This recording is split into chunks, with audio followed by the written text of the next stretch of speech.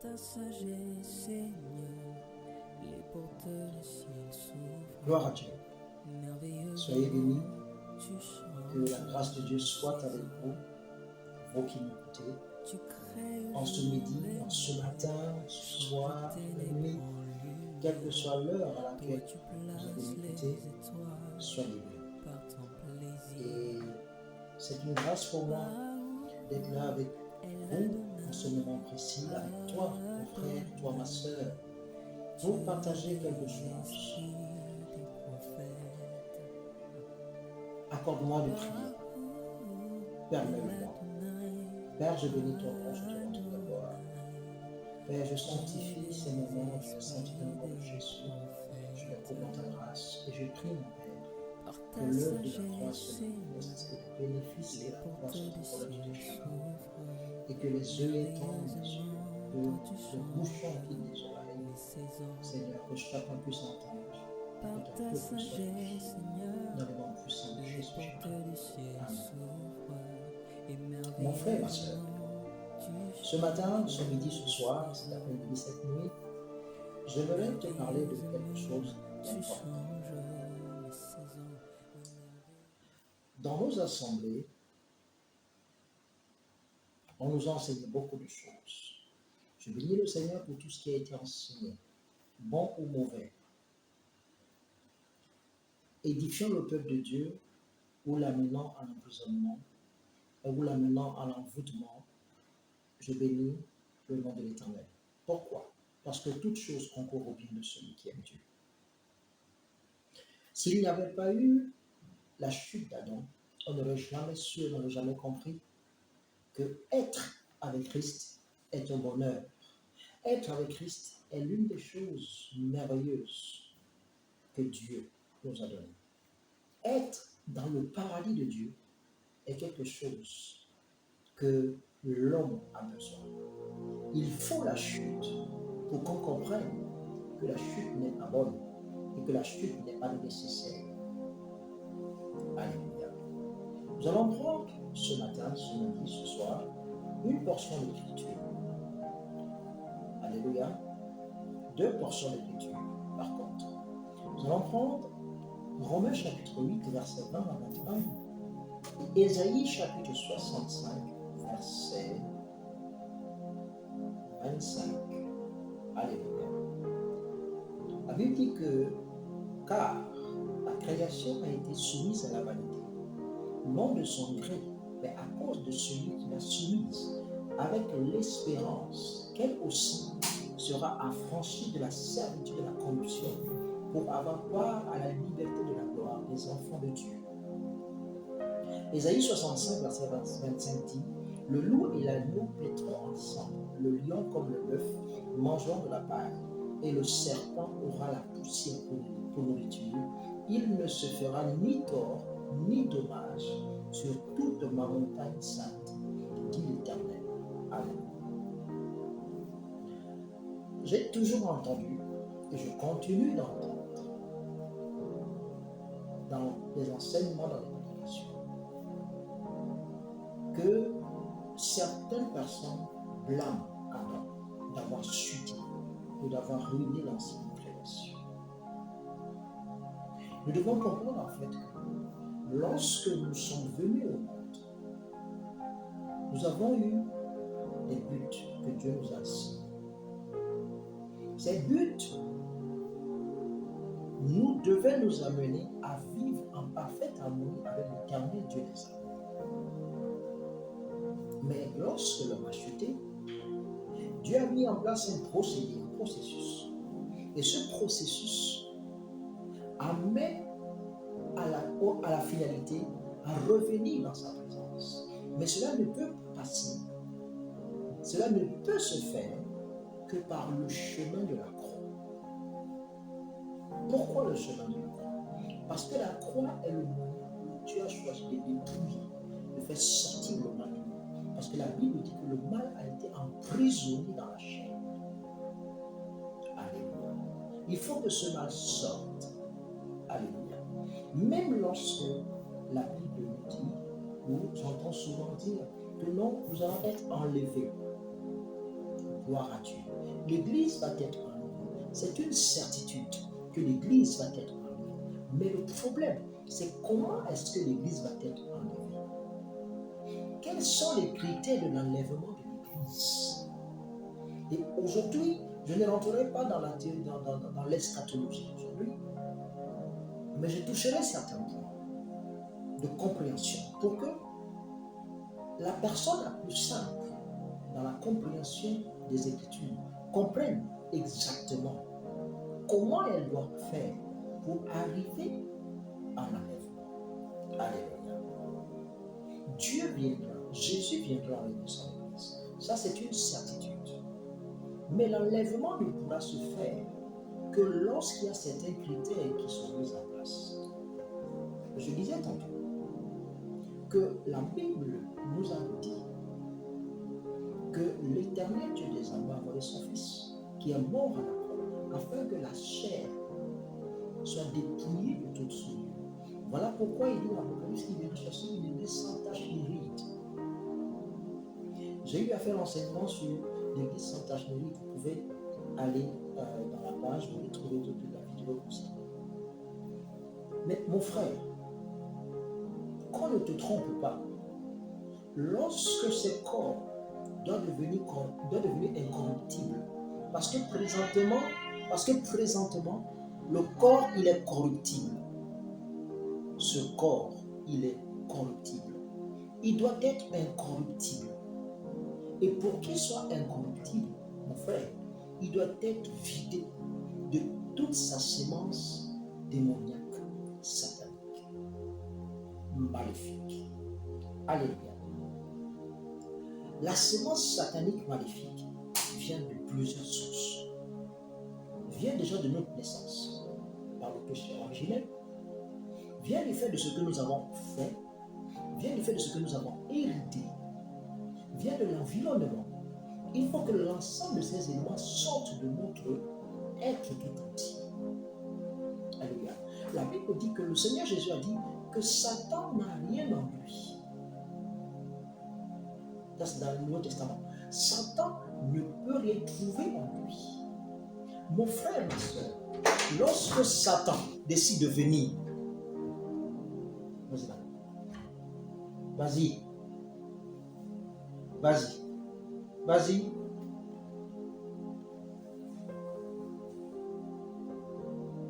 Satan n'a rien trouvé en Jésus. Voilà pourquoi, lorsque le Seigneur Jésus a été ressuscité, qu'est-ce qui s'est passé? Il est monté au ciel. Son ascension a été simple, rapide, visible, sans aucun problème. C'est de la même chose. Lorsqu'il viendra chercher son Église, nous monterons. Maintenant, comment est-ce que nous monterons? Mon frère, ma soeur, le corps pour qu'il soit incorruptible. On nous a dit que lorsqu'on accepte le Seigneur Jésus, on est sauvé, alléluia, amen, ok. Mais le problème c'est quoi? C'est que après avoir été baptisé, après avoir accepté le Seigneur Jésus, plusieurs ont continué dans leur même façon de vivre. Alléluia. Lorsque nous lisons le parcours de Christ, après qu'ils aient eu à faire quoi? Après qu'il a eu à faire quoi? À être baptisé, sa vie a pris une autre dimension dans le rapprochement avec Dieu, dans l'intimité avec Dieu. Mais la plupart de ceux de nous qui sont dans l'Église, je parle de nous entièrement l'Église, après le baptême, les gens continuent de vivre dans leur façon de faire avec une facilité, avec l'excuse du monde que Dieu est amour. Oui, mon frère, ma soeur, Dieu est amour, mais il t'enverra en enfer si tu n'es pas conforme à ce qu'il a déclaré. Dieu est amour, d'accord, mais Dieu t'enverra en enfer parce que tu n'as pas voulu suivre et rester sur le chemin de la sanctification. Lorsque l'Éternel Dieu décidera que c'est le temps, c'est la fin du monde, c'est la fin du processus qu'il a mis en place. Le Seigneur, les anges feront quoi? Sonneront la trompette. Et le mouvement d'enlèvement se mettra en place. L'époux viendra dans la nuit et l'épouse va monter. Lorsqu'on dit qu'il y aura très peu de chrétiens au ciel, les gens n'y croient pas. Les gens pensent que c'est de la fabulation, c'est de la fausse propagande, c'est vouloir faire peur aux chrétiens, aux hommes. Oui, mon frère, il faut avoir peur. La Bible dit, vous devez avoir, Paul dit, travailler avec tremblement. Il travaille avec tremblement à son salut. Si tu ne travailles pas avec tremblement dans ton salut, mon frère, ma soeur, tu auras un problème au moment d'enlèvement. Si tu ne travailles pas à ton salut, tu auras un problème à ton enlèvement. Je vais te dire le cas. Quelqu'un qui chante à l'église, qui a des problèmes d'héritage satanique, qui a des problèmes de mauvais caractère, de mauvais comportement. La Bible dit quoi? Elle dit que si tu confesses ton péché et tu les délaisses, mais le problème c'est quoi? C'est que les gens confessent, font des repentances, entre guillemets, mais ne délaissent pas. Comment voudrais-tu qu'un péché soit pardonné si tu n'as pas délaissé? On a besoin de comprendre une chose. Que lorsque Dieu a mis en place des critères et que ces critères ne sont pas respectés, mon frère, ma soeur, tu peux être appelé bishop, prophète des nations, prophète international, prophète de la République, prophète continental, prophète je ne sais pas quoi, ou bishop, archibishop, ou je ne sais pas quoi d'autre, pasteur, docteur, ou je ne sais pas quoi, quel titre on va te donner. Mais si tu n'arrives pas à suivre ces étapes, parce qu'on a l'impression que Dieu a fait un choix particulier des personnes. Il y a certains qui croient que Dieu a fait un choix particulier des personnes. Il y a d'autres personnes qui disent que non, Dieu va prendre tout le monde. Et c'est là-bas on va gérer ça. Mon frère, ma soeur, on ne va rien gérer là-bas. Je te dis, on ne va rien gérer là-bas. La seule chose que tu vas faire, c'est que tu seras assis en train de recevoir ta sentence. C'est la seule chose qu'on fera là-bas. Il n'y aura pas de discours, il n'y aura pas de discussion. Alléluia. C'est ici. Si dans ta chair, Galates chapitre 5 le dit, si dans ta chair, il y a des choses qui ne sont pas encore sorties, mon frère, ma soeur, sache que tu as un problème avec la lèvre. Voilà pourquoi j'exhorte. Dans une de mes vidéos, je disais qu'on a besoin de se séparer de tout ce qui est démoniaque et satanique. On a besoin de se séparer de tout ce qui est malsain. On a besoin de se séparer de tout ce qui est mystique et satanique, de tous les démons et tout. Voilà pourquoi il faut chercher la délivrance, mon frère. Si tu ne cherches pas la délivrance, tu auras un problème le jour de l'enlèvement. Je sais que je le dis. Et je sais que les gens ne croiront pas ce que je suis en train de dire. Il y a certains qui pensent que non. Quand on est sauvé, on est sauvé. Mais si on est sauvé, on est sauvé. Selon 2 Corinthiens 5, verset 17. Mais pourquoi il y a des chrétiens possédés? Alléluia. Mon frère, ma soeur, ouvre les yeux. Lorsque le corps que tu as là devra devenir incorruptible, si ce corps est rempli de démons, tu ne montes pas. Je te dis, tu ne montes pas. J'insiste encore, tu ne monteras pas. Pourquoi? Parce que tu auras fait alliance avec les démons. Tu seras en association avec les démons. Tu seras en association avec le mysticisme, avec l'occultisme, avec l'héritage familial. Mon frère, ma soeur, quand la Bible dit que celui qui veut me suivre se détache de sa famille, se détache de ta famille. Mon frère, ma soeur, signifie tu dois sortir de tout ce qui est lien, de tout ce qui est héritage démoniaque et satanique pour rentrer dans la plénitude et dans la connexion avec le Très-Haut. C'est la seule chose, parce que le corps incorruptible dont la Bible parle ne peut être incorruptible au moment de l'enlèvement que si ce corps est dépourvu de tout ce qui est sémence satanique et mystique. Voilà pourquoi j'incite, j'exhorte de continuer de chercher votre délivrance. Séparez-vous de tout ce qui est démon.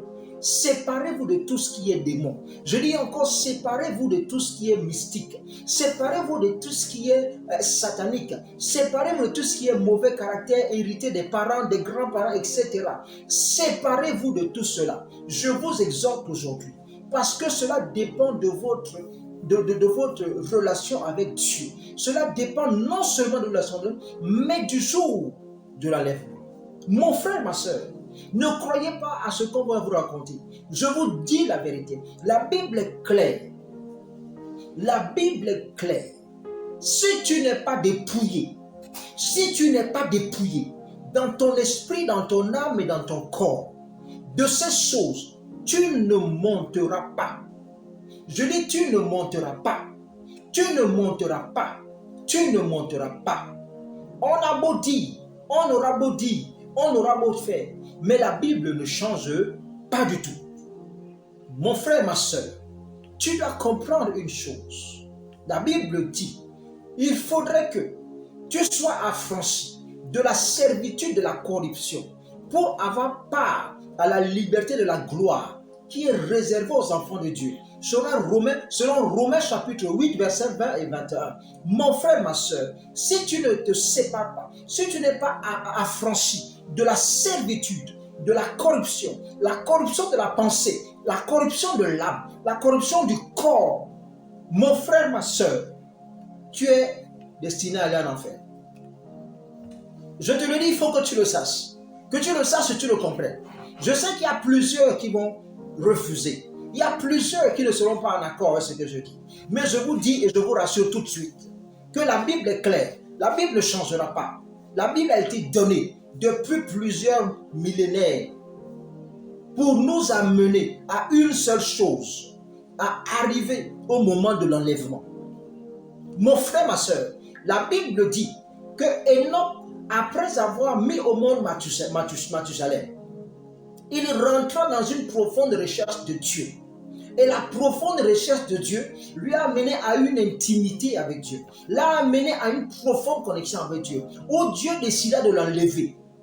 Mon frère, ma soeur, comprends le niveau dans lequel Enoch était rentré. Ça signifie qu'à Enoch, il n'avait plus aucun démon. Donne-moi la main bien que je te prêche. En Enoch, il n'y avait plus aucun démon.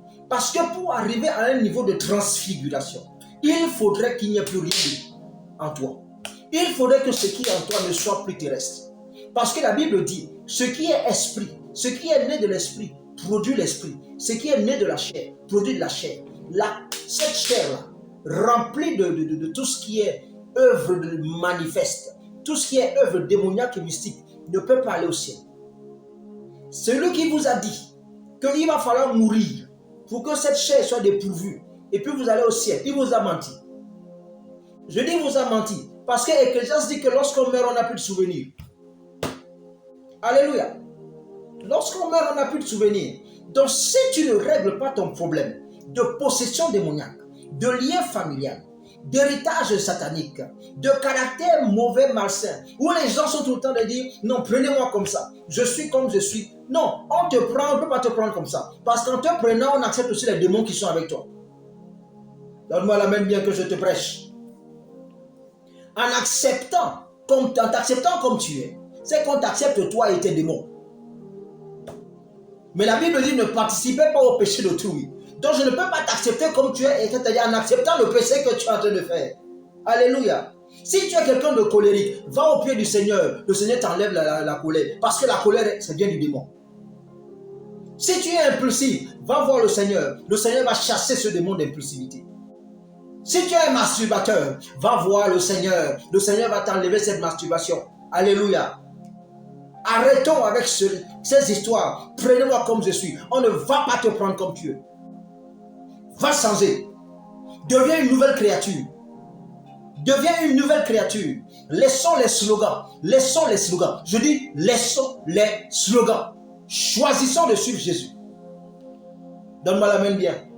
Donne-moi la main très bien que je te prêche. On a besoin de comprendre la réalité de l'évangile. Frères et sœurs, la Bible dit que la porte est étroite. La porte est tellement étroite. Elle est très étroite et resserrée. Resserrée. C'est-à-dire, non seulement c'est déjà étroit, et il y a encore resserré dedans. Et les gens pensent que non, on va aller au ciel comme si on allait au marché. Continuez. Continuez. On se donne rendez-vous là-bas. On se donne rendez-vous, mon frère. Ne te trompe pas. Si tu n'es pas prêt à suivre les principes bibliques, la logique biblique de Dieu, la logique spirituelle de Dieu, va rentrer dans le mysticisme. C'est simple. Il y a des gens qui coupent leurs doigts aujourd'hui pour devenir riches. Il y a d'autres qui vont faire des choses à Dubaï, etc., etc. Rentre dedans et laisse tomber cette affaire de Jésus. Laisse tomber, ce n'est pas pour toi. Je dis laisse tomber, ce n'est pas pour toi. Certains vont me dire non, il ne faut pas être radical. Je suis radical, Jésus était radical. Jésus était radical. Tu ne veux pas, il faut laisser. Tu ne veux pas laisser ta masturbation, laisse. Va te masturber, va continuer à te masturber. Tu ne veux pas laisser ta colère, vas-y. On ne te veut pas avec ta colère.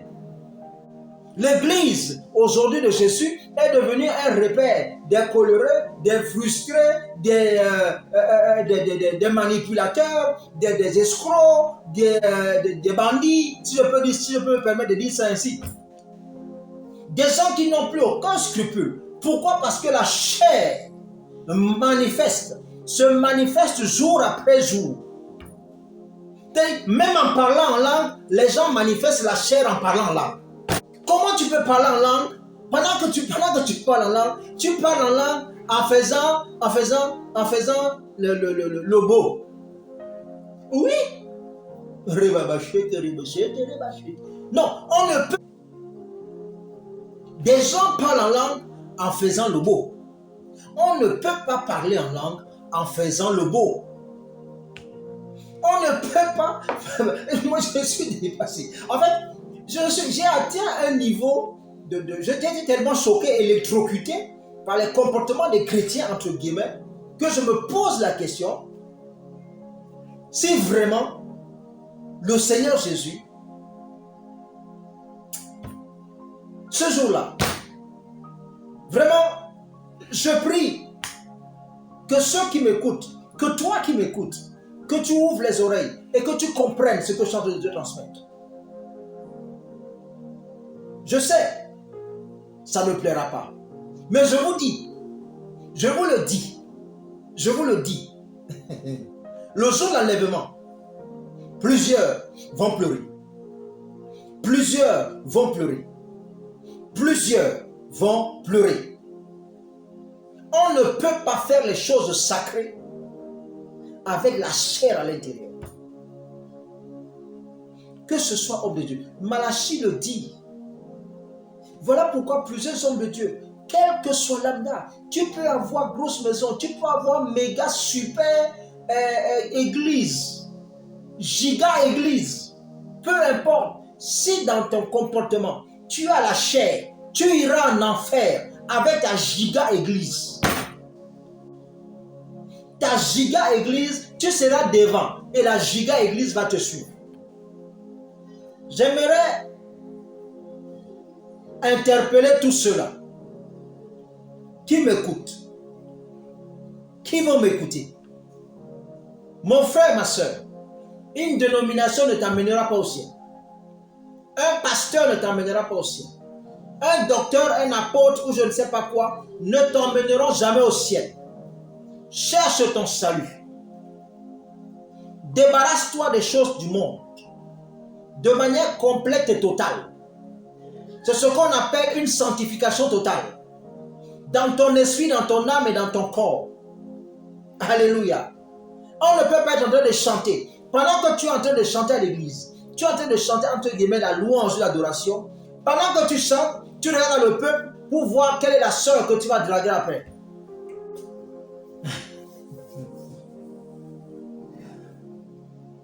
Comment on peut s'imaginer aller au ciel, réussir l'enlèvement, tout en ayant un comportement une attitude, une façon de vivre qui ne soit pas une façon de vivre digne de la repentance. Jean, il est clair. Nous avons besoin de manifester les fruits dignes de la repentance. Mon frère, c'est clair. La parole de Dieu, elle est claire. Nous l'avons lue. Il faut que la servitude de la corruption ne soit plus ton partage, pour que tu puisses avoir part à la liberté de la gloire qu'ont les enfants de Dieu. D'accord.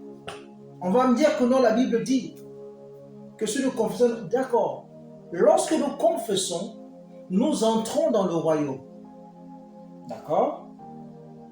Mais je dis quelque chose. L'enlèvement, c'est le voyage. La plupart d'entre nous, nous avons les billets d'avion pour le ciel. Accepter le Seigneur, c'est un billet d'avion. Mais la plupart n'ont pas le visa. Parce que le visa, il y a toute une procédure. Le billet d'avion, n'importe qui peut acheter un billet d'avion. Tu vas sur Internet, tu prends le billet d'avion. Tu vas sur une application, tu as un billet d'avion, tu as une réservation. Et même cette réservation a besoin d'être confirmée. Donc même ton salut a besoin d'une confirmation par les actes. Voilà pourquoi Jacques pouvait le dire, que la foi sans les œuvres est morte. Les œuvres de quoi? Les œuvres du salut. Les œuvres de la conversion. Mais aujourd'hui, les gens sont dans le mouvement. Nous allons aller au ciel. Mon nom est écrit là-haut, là-bas et tout. Frère, sœur, tu peux avoir été baptisé, avoir accepté le Seigneur Jésus. Mais si tu as une vie qui n'est pas conforme et qu'en toi, il y a des démons qui résident, mon frère, tu ne vas pas aller au ciel. Je dis que tu ne vas pas aller au ciel. Je dis que tu ne vas pas y aller. Parce que ce corps doit être incorruptible. Parce que le péché, les démons, vont alourdir ton corps de telle manière que ton corps ne pourra pas monter à la rencontre de l'époux. Donne-moi la main bien. Nous avons l'impression que l'acceptation du Seigneur Jésus, c'est un tout. Non, ce n'est que le début. Ce n'est que le début. Un cheminement qu'on doit avoir. Une façon de vivre qu'on doit avoir. Sur la période que le Seigneur nous accorde sur terre, nous devons vivre d'une façon digne de la repentance. Voilà pourquoi la repentance est un élément primordial. Je ne parle pas de confession. Mon frère, ma soeur, je ne parle pas de confession. Je parle de la repentance totale. Celle qui t'amène à renoncer et à abandonner les œuvres de la chair. Vous allez voir la plupart des chantres dans les églises. Ils veulent sortir cassette, ils veulent la gloire. Les hommes de Dieu, tous les hommes de Dieu veulent méga église, giga église. Tout le monde.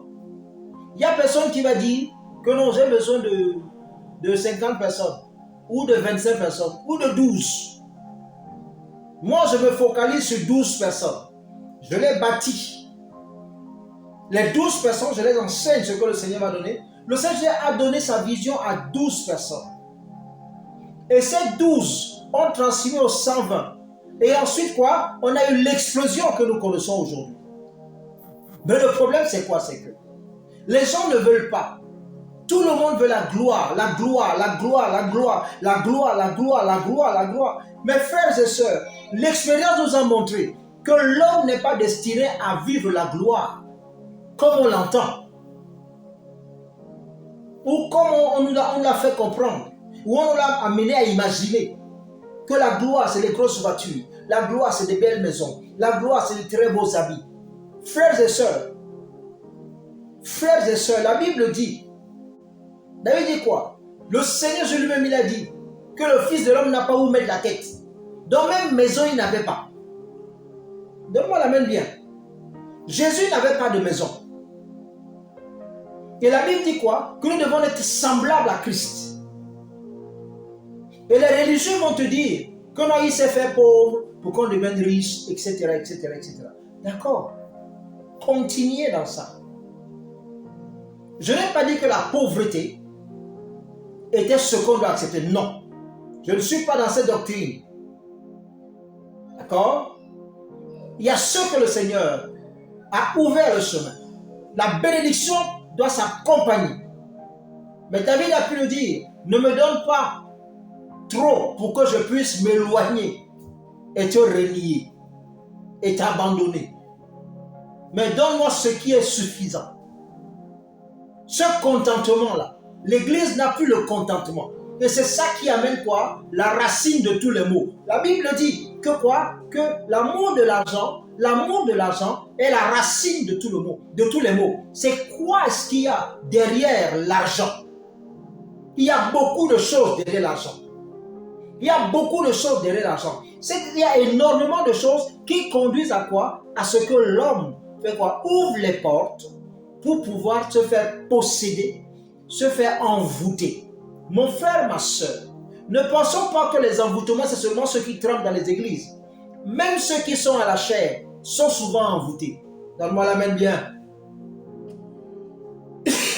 Ceux qui sont à la chair, ceux qui prêchent, même certains, ceux qui tiennent les Bibles, sont souvent envoûtés. Oui, mon frère, ma soeur. J'aimerais te le dire ce matin, ce soir, ce midi.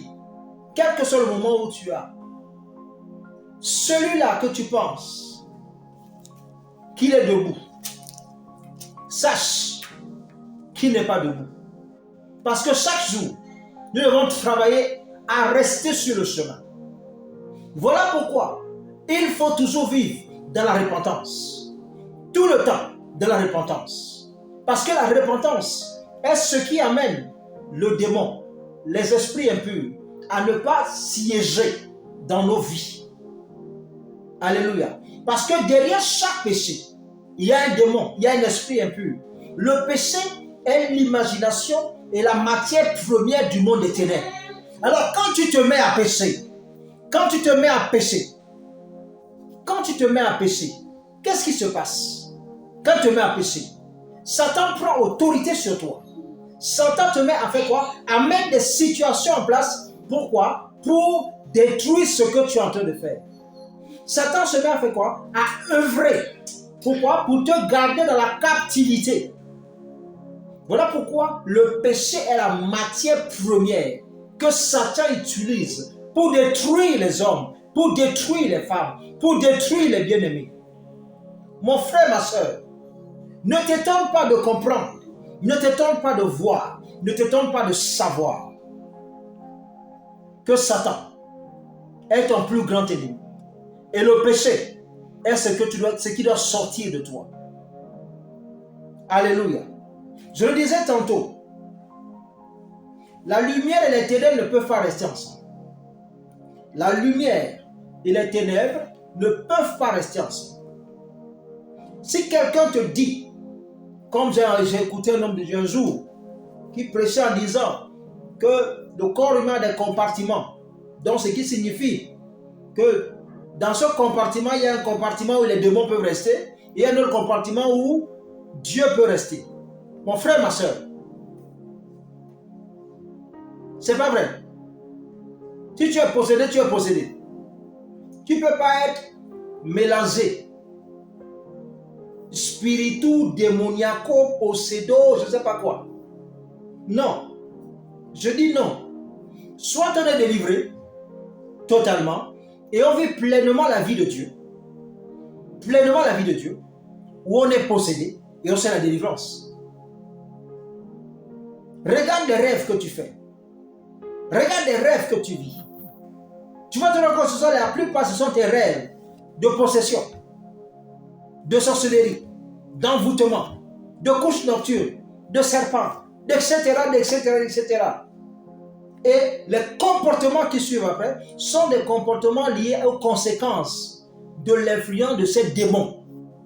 Alors, comment vous voulez que le Seigneur Jésus, qui a payé le prix à la croix, qui s'est privé, qui a accepté de vivre dans la sanctification, la nature de divine, il a voulu la porter, va accepter que toi, qui dis que tu décides de le suivre, porte le démon, porte le sorcier, porte les influences démoniaques et vouloir rentrer dans le ciel de Dieu. C'est pas possible, mon frère. C'est pas possible. C'est pas possible. C'est pas possible. Il est temps que chacun puisse revoir sa vie. Il est temps que tu puisses revoir ta vie, mon frère, ma soeur. Il est temps que tu puisses te poser les bonnes questions. Arrêtons avec les slogans. Arrêtons avec les slogans chaque année. Chaque année, l'élévation illimitée. C'est la croissance illimitée. C'est increase, je ne sais pas quoi. Dominion, je ne sais pas, etc. Non, frère. Assieds-toi. Assieds-toi. Le seul slogan que tu dois avoir, Jésus-Christ est le chemin, la vérité et la vie. Ça serait ton slogan de chaque année. Laissons les slogans du monde. Laissons les slogans du monde. Église, laisse les slogans du monde. Laissons les slogans du monde. Cherchons les slogans divins. Alléluia. Jésus-Christ est le chemin, la vérité et la vie. Slogan de 1900 à 2055 ou à 2110 ou à 3000. Ça doit être le même slogan. Oui, mon frère, oui, ma soeur. Parce que si tu cherches Jésus, il est ton chemin. Si tu cherches Jésus, il est la vérité. Si tu cherches Jésus, il est la vie. Si tu ne le cherches pas, tu ne l'auras pas. Si tu ne cherches pas Jésus, tu ne l'auras pas. Parce que Jésus est le chemin. Jésus est la vérité. Jésus est la vie. Sans le chemin, il n'y a pas de vérité. Et sans vérité, il n'y a pas de vie. Alléluia. Éphésiens pouvait le dire, que nous avons besoin de porter à nos reins la ceinture de vérité. Je dis bien, s'il n'y a pas de chemin, il n'y a pas de vérité. Et s'il n'y a pas de vérité, il n'y a pas de vie. Et s'il n'y a pas de vie, il n'y a pas d'enlèvement. Mon frère, ma soeur, que le Seigneur te bénisse. Sois béni. Sois béni, mon frère, et que les yeux s'ouvrent. Ne t'étonne pas de voir ta vie misérable.